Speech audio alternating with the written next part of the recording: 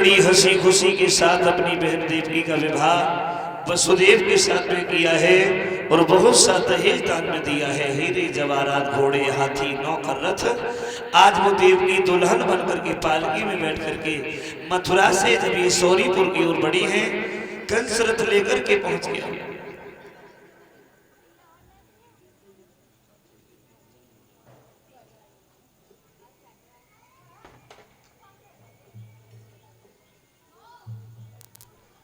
आज कंस रथ लेकर के देवकी के पास में पहुंच गया। जवाब दिया है, बहन इस पालकी में बैठ करके सौरीपुर में कब तक पहुंचोगी? अरे ऐसा करो, हमारे रथ में बैठो, हम भी अकेले बैठे रहेंगे, हमें भी अच्छा नहीं लगेगा, थोड़ी देर तुम्हारे साथ में दिल बहल जाएगा। देवकी को रथ में बैठा करके चल दिया। दहेज जो दान में दिया है वो छकड़ों में भर के जा रहा है। एक रथ में वसुदेव है तो दूसरे रथ में वो कंस अपनी बहन देवकी को बिठा करके चला है। रथ में देवकी बैठी गई, रथ लेकर चला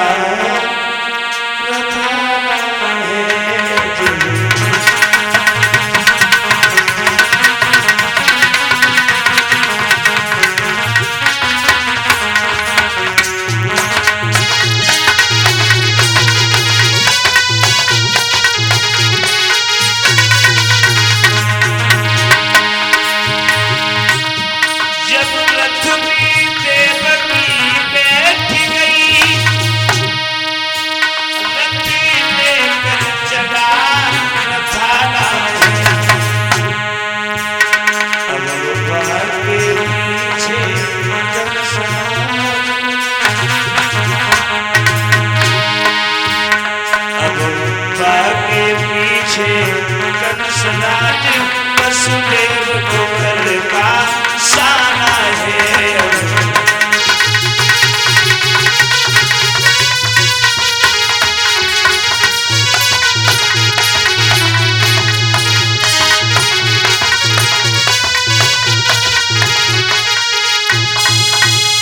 आज उस रथ में देवकी बैठ करके चली हैं। आगे आगे वसुदेव का रथ है, पीछे कंस का रथ है। समझाता हुआ जा रहा है, बहन सौरीपुर में जाकर के किसी से दब के मत रहना, कोई कुछ कहे घमंड के साथ कह देना मैं भगवान भोजराज सच की बहन हूँ, फिर भी नहीं मानेगा तो सौरीपुर से मथुरा में उठा के ले आऊंगा, जिंदा जमीन में दबा दूंगा, मगर तुम्हें कभी दुखी नहीं देखूंगा। भक्तों,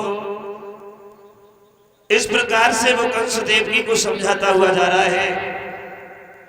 तब तक आकाशवाणी हुई है, आकाशवाणी देवताओं ने आवाज लगाई है, कंस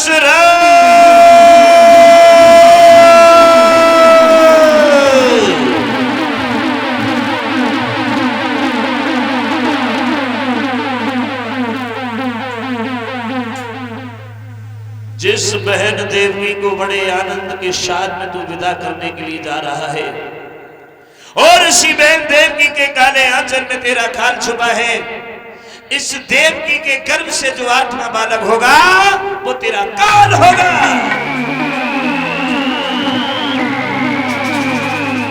आहा, जैसे ही वो आकाशवाणी सुनी है, रथ से नीचे कूद पड़ा, देवकी के केस पकड़े हैं, जमीन पर पटक दिया, हाथ में तलवार उठाई, मारने के लिए उद्यत हो गया। देवकी ने दोनों हाथ जोड़े हैं, भैया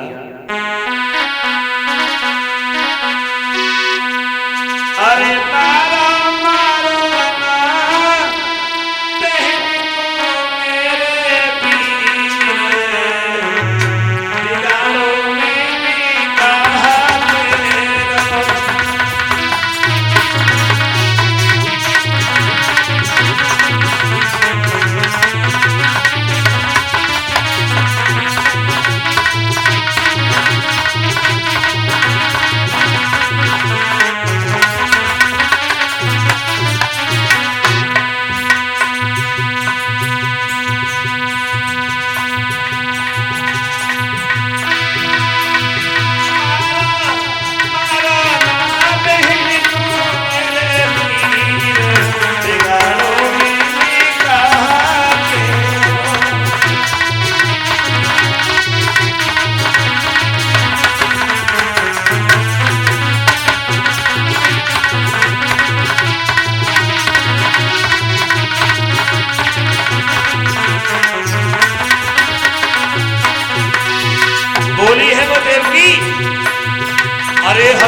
खुशी से विवाह हमारो भैया तुमने कियो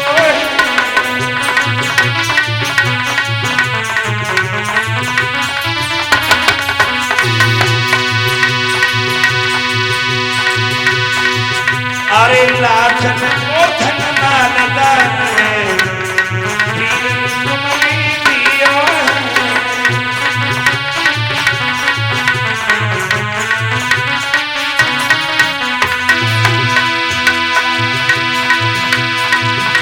ओ भैया की जाना बदल की मेरो तीर बिगाड़ो मेरे चाहते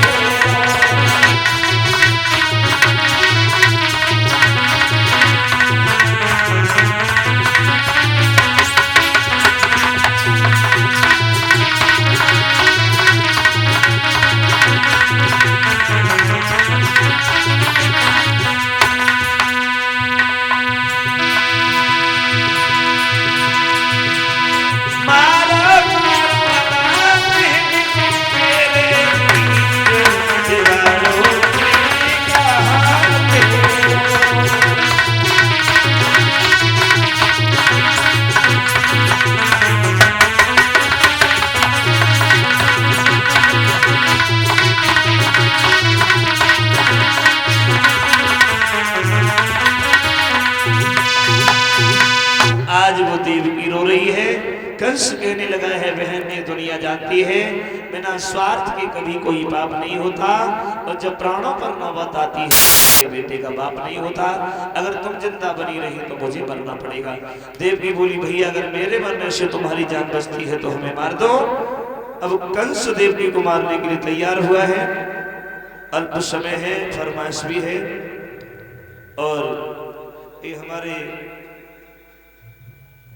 बस ये सूचना ये है लमुरिया के लिए तो थोड़ा समय लमुरिया के लिए दे दे और उसके बाद अभी हम सुना रहे हैं और ये छापी है 1 मिनट। आज वसुदेव कंस की कलाई को पकड़ के समझाने लगे हैं देवकी को न मारो। अगर तुम्हें इसकी संतान से भय है डर है हमें यमुना की सौगंध खा के कह रहे हैं देवकी के उधर से जब तक 8 बालक पैदा नहीं हो जाते हम इस मथुरा को छोड़ के सौरीपुर में नहीं जाएंगे। कंस बड़ा खुश हुआ। वसुदेव और देवकी को पकड़ करके मथुरा की जेल में डाल दिया। हाथों में हथकड़ी पैरों में बेड़ियां लगा दी। जब ये वसुदेव और देवकी को कारागृह में डालने के बाद मथुरा में अत्याचार करने लगा।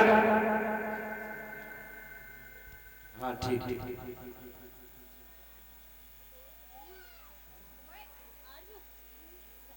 कंस ने अपने अत्याचार कम नहीं किए। यहाँ तक हुआ है कि महात्माओं की आत्मा को भी सताना शुरू कर दिया।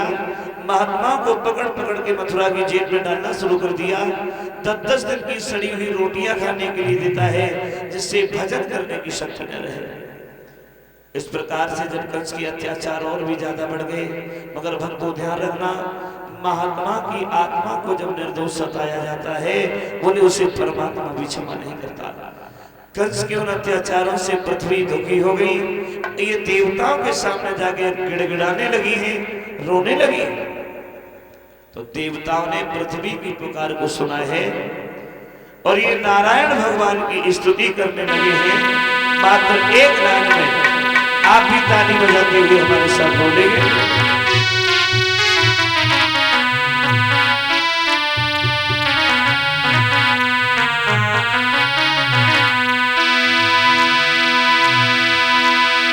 तेरे सुनो दीन में हितकारी मेरी नाम करी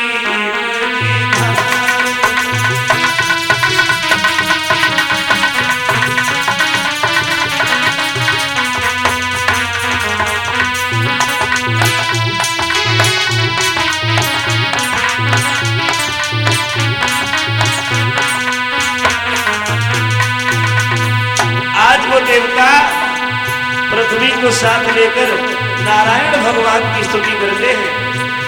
आप लोग भी बुलाओ, अभी कन्हैया का अवतार होने वाला है।